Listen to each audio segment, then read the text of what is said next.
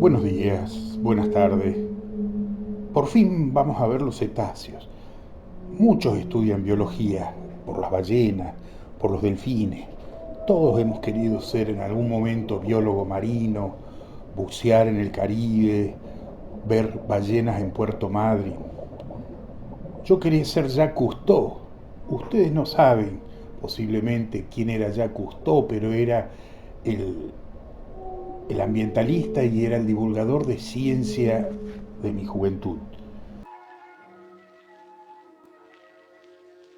Y fíjense la calidad de esos documentales, que la música es de Maurice Ravel. Lo doblaban y lo doblaban con un acento francés muy Aventuró todo nuestro característico. equipo Calypso por las peligrosas aguas del estrecho de Drake, entre el extremo sur de América y la península antártica. Para nuestra seguridad Jacques dependemos de la Cousteau fue tecnología de el la era ídolo de espacial. mi juventud. Directamente de 3 satélites recibimos imágenes de tormentas y de las condiciones de los cielos en nuestra área. Jacques Cousteau colocó ante los ojos de la humanidad los misterios del fondo del mar.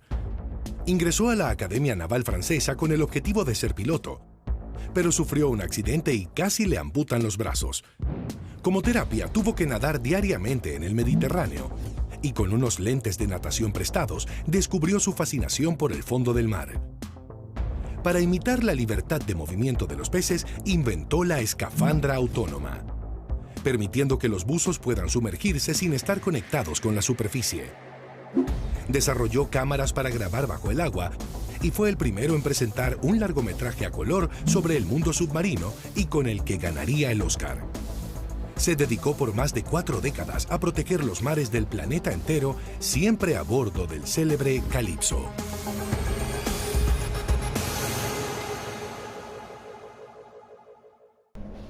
Pero eso es lo que me trajo a la biología en un primer momento. Quería ser biólogo marino.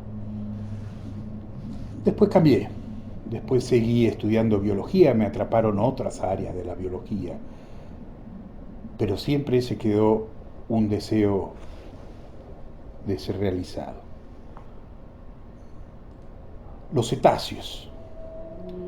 Vamos a ver este grupo que incluye a ballenas, cachalotes, rorcuales, delfines, orcas, marsopas. Están en todos los océanos del mundo. Y algunos también lugares de agua dulce, como en América del Sur, por ejemplo, el delfín del Amazonas. Están absolutamente adaptados a un mundo acuático. Tienen las aberturas nasales en la parte de arriba de la cabeza. Los miembros están completamente modificados en aletas. Los miembros posteriores se han perdido, solamente quedan muy pequeños.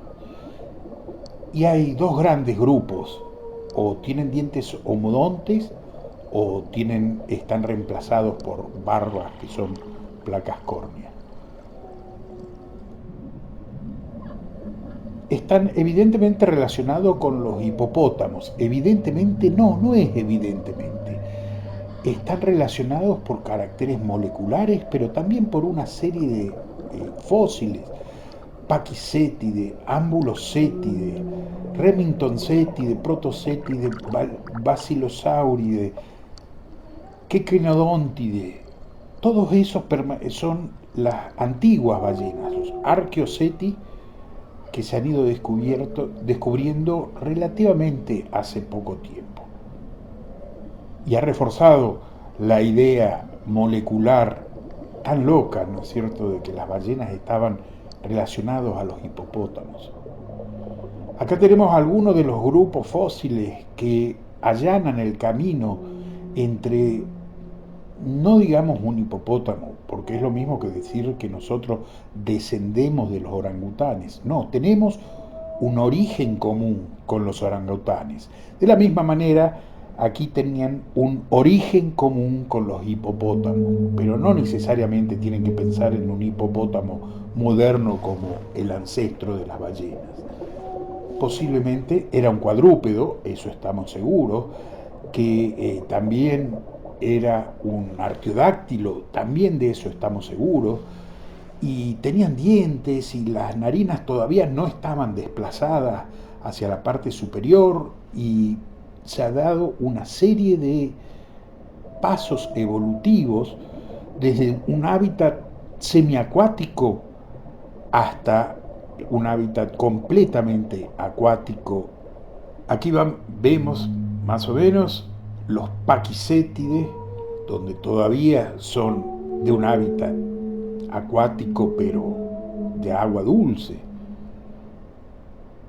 y después pasan a tener un hábitat de aguas salobres y se han ido hacia las costas marinas, y finalmente han conquistado el medio acuático y la natación ondulatoria, y se han perdido los miembros posteriores hasta llegar a los actuales cetáceos.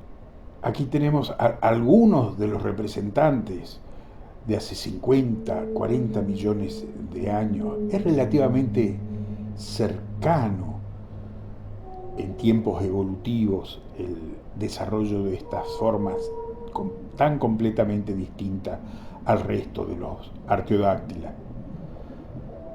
Aquí todavía vemos que hay una cintura pélvica y hay unas aletas pélvicas, y eran dentados.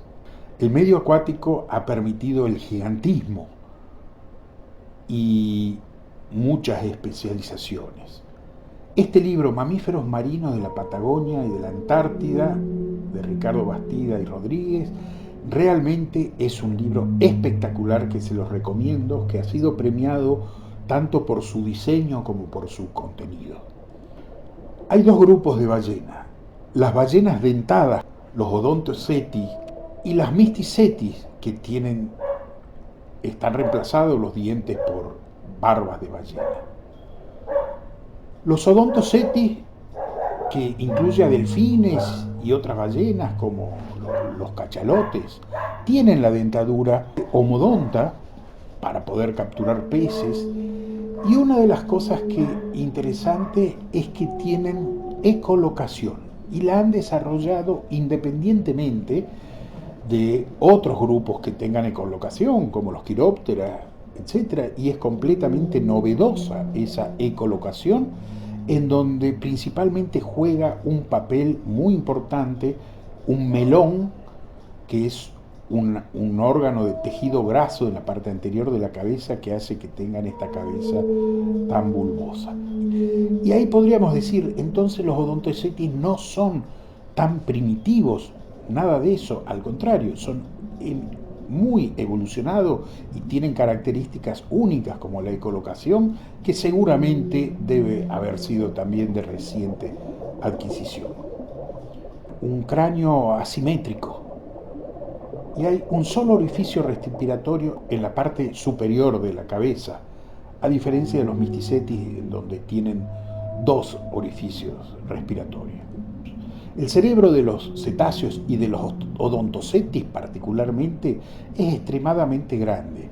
Quizás sea debido a esta ecolocación que requiere funciones cerebrales muy especializadas, pero no solo es en tamaño absoluto, sino en cantidad de circunvoluciones, que se ve que realmente es un cerebro muy complicado.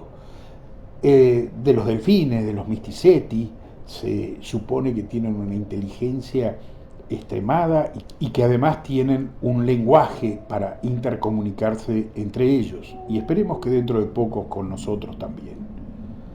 La ecolocación, que sirve para detectar las presas principalmente, está producido por un órgano emisor que está relacionado al orificio respiratorio, una especie de laringe, y el melón, que es un órgano lleno de tejido graso, posiblemente tenga funciones de direccionar el haz de ondas sonora.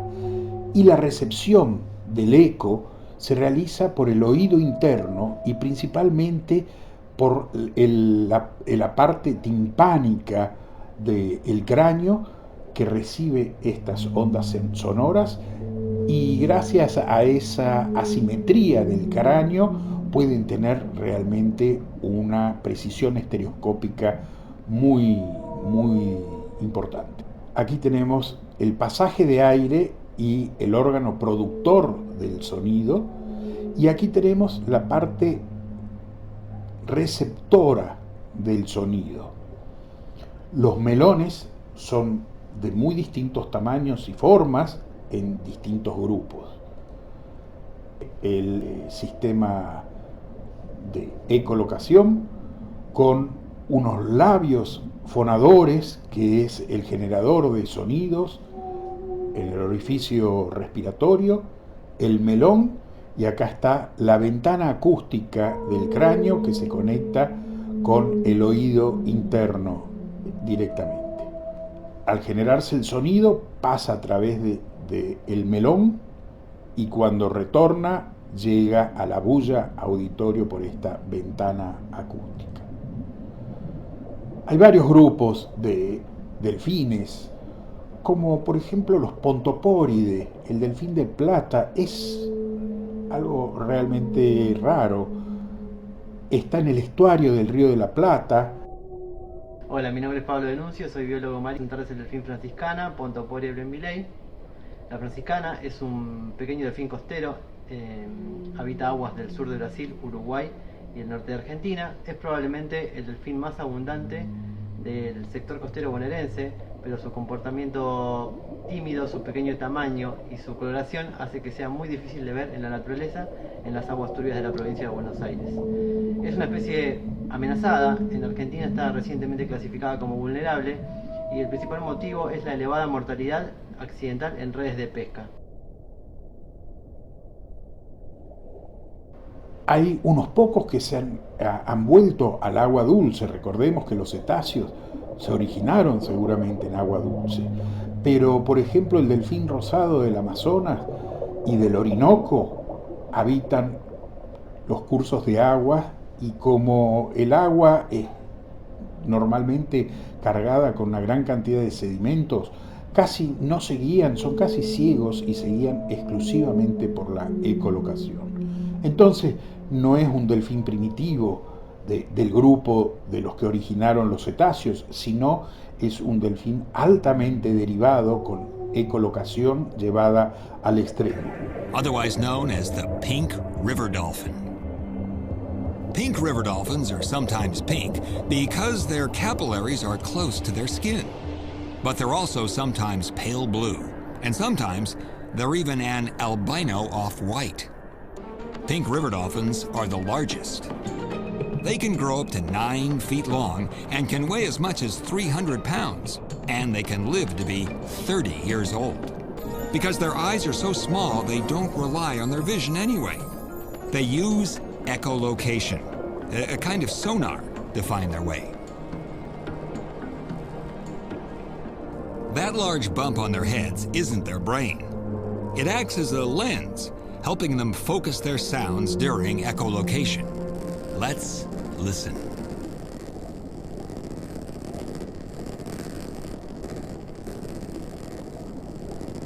Dolphins are great swimmers, and pink river dolphins are especially good. Why?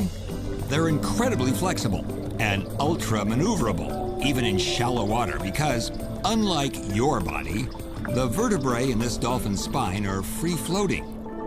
They're not fused, so the pink dolphin can easily perform 180-degree turnabouts and lookbacks. Los sífidos o ballenas rostradas con un enorme melón, y que aunque tienen pocos dientes, pertenecen a los Odontoceti. Los Physeterides, que son los cachalotes. Posiblemente Moby Dick se haya sido un cachalote albino, que el capitán Ahab, en la famosa novela de Herman Melville, persiguió por todo el mundo.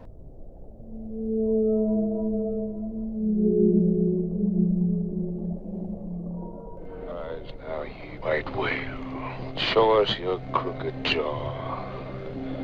Show us your wrinkled brow. Rise. He rises!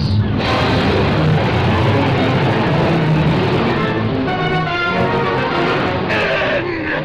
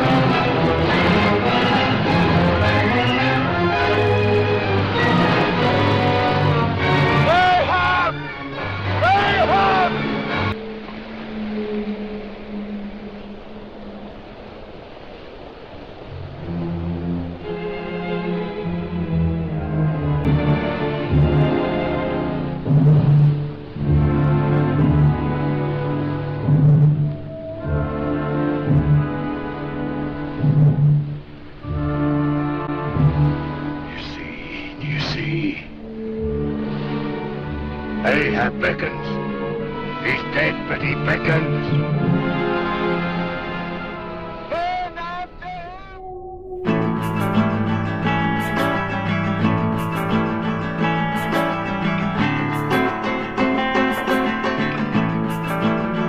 Yo solía navegar en mi barca por el mar.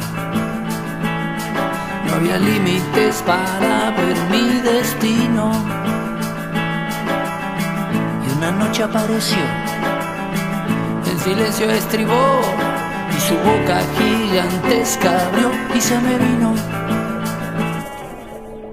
No podía imaginar que me la podía cruzar. La ballena blanca ataca en todos los caminos. Ahora solo estoy aquí, sé que no puedo salir. Voy en la panza de Moby Dick. Son grandes predadores, quizás de los predadores más grandes que hayan existido jamás. Se alimenta de pulpos, calamares. Realmente hacen inmersiones tremendamente profundas, donde el melón y el órgano de spermaceti tengan un gran protagonismo. Una cosa es el melón, que lo tienen todos los odontocetis, pero los cachalotes tienen el órgano de spermaceti, que también es un órgano lleno de aceite, lleno de grasas, de donde se sacaban antiguamente los mejores aceites para iluminar a toda Europa, porque eran aceites tan finos que no producen humo, y por eso se las ha cazado muchísimo. Y este órgano de spermaceti posiblemente ayuda a controlar la flotabilidad de los cachalotes, ya que cuando cambia la temperatura y la presión, este órgano se hace mucho más denso y permite a los cachalotes hundirse y poder llegar a profundidades de cientos de metros o quizás de miles de metros en el océano. Y cuando quieren salir, con la irrigación sanguínea hace que este órgano de spermaceti se vuelva a calentar. Entonces aquí tenemos el órgano de spermaceti, una red mirabilis que filtra todas las burbujas que se puedan producir en el sistema circulatorio al salir de las grandes profundidades. Hay un montón de características que ayudan a adaptarse para un buceo profundo de los cachalotes. Y decimos que quizás sea el mayor predador de todos los tiempos, en el sentido de que los predadores terrestres, inclusive el Tyrannosaurus, que tanta fama le ha dado Jurassic Park, es realmente un bebé de pecho ante un cachalote con semejante tamaño. Aquí vemos un cachalote en relación al tamaño de un buzo. El típico delfín de la familia Delfini, de Tursiops y Delfinus, el famoso Flipper. Famoso también, ese era de mi época. Ustedes no lo deben haber conocido, las historias de Flipper, pero era una mascota como Lassie, que hacía la delicia y tenía su serie semanal en donde Flipper era inteligente y salvaba a los chicos en peligro cuando era requerido. Flipper. Flipper quiere decir aleta.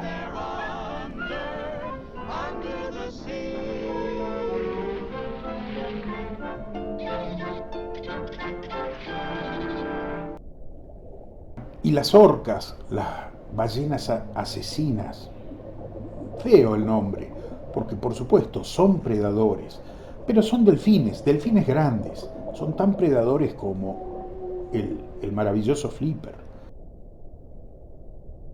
Lo tenemos a Orcinus orca, una de las más inteligentes realmente, que pueden cazar en grupo y tener una vida social muy importante.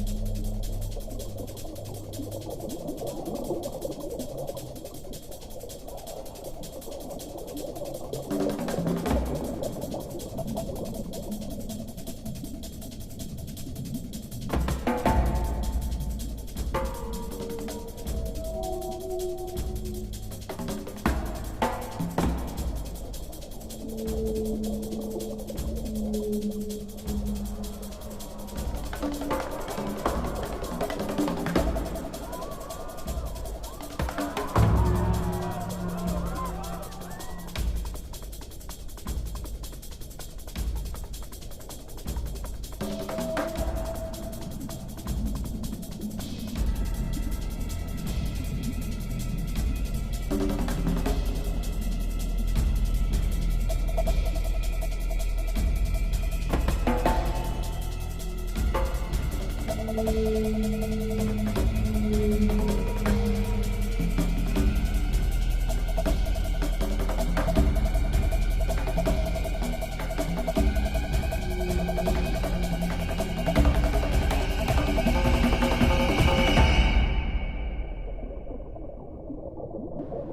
otro grupo, los Mysticetis, los cetáceos con barba, no tienen ecolocación. El cráneo es simétrico y los orificios nasales que están también arriba de la cabeza son dobles en lugar de simple como en el caso de los Odontocetis.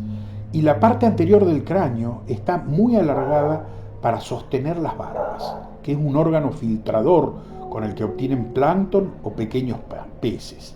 No hay dientes, ningún diente, están completamente reducidos y la forma del cráneo tiene la forma para sostener las barbas de las ballenas. Estas barbas que están recubriendo la parte interna de la boca son placas córneas, están deshilachadas en formas de pelo y los Mysticetis abren la boca y engolfan grandes cantidades de agua conteniendo los peces. Cuando cierran la boca, con la lengua expulsan el agua, filtrándolo con estas barbas y quedan los peces o el plancton adentro de la boca. Estas barbas están formadas por queratina y que eran las famosas ballenitas. Las ballenitas eran unas pequeñas varillas hechas a partir de las barbas de ballena, en un principio y luego de plástico, las cuales se los ponían en los cuellos de las camisas para hacerlo rígida y que no se doblen. Bueno, aquí vemos estas barbas de ballena en donde se ven que son placas paralelas y la parte hacia afuera de la boca es esta, permite la entrada de agua perfectamente, pero en la parte interna está deshilachada en una serie de pelos de queratina, justamente son pelos, que son las que van a formar el elemento filtrador. Y muchas se alimentan de krill. Ojo, no de grill, de krill, que son pequeños crustáceos. El krill son pequeños crustáceos con el cual se alimentan y se encuentran en grandes cantidades, sobre todo en aguas frías y muy oxigenadas. En Argentina llegan a nuestras costas varias de estas ballenas. Balenoptera, Megáptera, la ballena jorobada, que están por todos lados. La ballena azul llega a las costas argentinas, pero son mucho más raras de verla. Y es el animal más grande que posiblemente haya existido en toda la historia de la vida. Aquí se puede ver, en relación a un barquito, el enorme tamaño. Es muy difícil imaginarse el enorme tamaño de las ballenas azules. Y esto es una ballena jorobada, Megáptera, en donde tiene esta aleta extremadamente grande. Esta es la forma como las ballenas capturan su alimento. Abren la boca, que gracias a todos estos pliegues que tienen en la parte ventral, permiten engolfar una gran cantidad de agua conteniendo los peces o el krill. Cuando salen a la superficie, cierran la boca y posteriormente, cuando se vuelven a sumergir, con la lengua expulsan la mayor cantidad de agua y ahí se produce la filtración.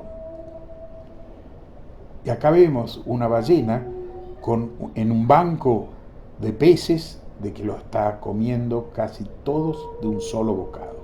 Se pueden ver las barbas y la gran cantidad de peces que han logrado reunir. Tienen forma de juntar a los bancos de peces para que los bocados sean más efectivos. Una de las formas que se ha visto ahora de juntar los bancos de peces, ¿no es cierto?, de arriarlos, es juntándolas con las aletas pectorales.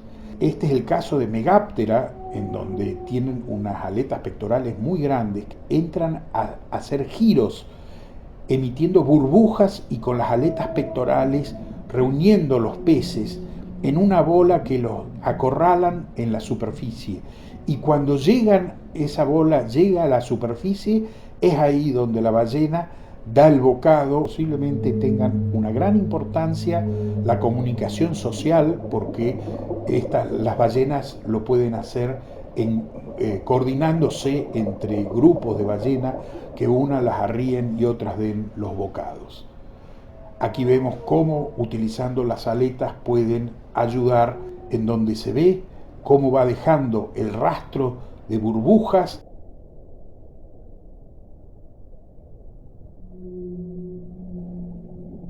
Lo va haciendo circularmente hasta que finalmente viene otra y da el gran bocado para filtrar los peces. Ahí se puede ver un acercamiento y ven cómo coordinadamente hay algunas ballenas que están haciendo los círculos, mientras que otras ballenas pueden dar el bocado.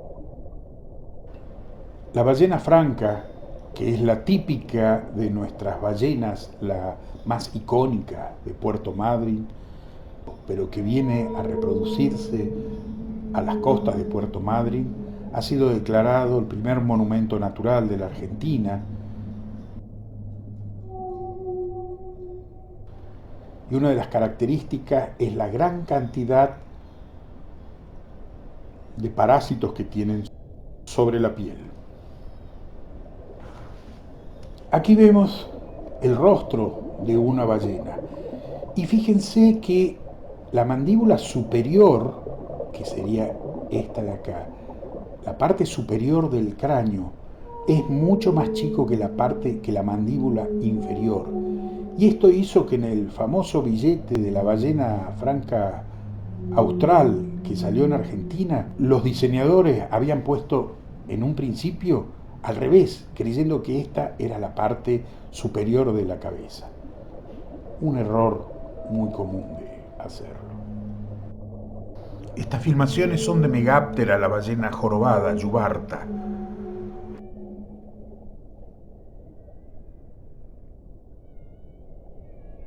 Ahí se pueden ver los pliegues de la parte ventral, y en la parte dorsal recién se acaban de ver los dobles orificios respiratorios.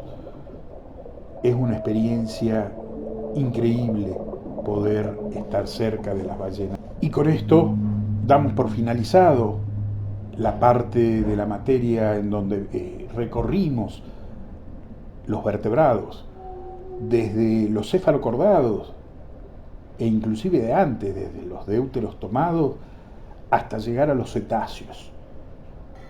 Chau, chau.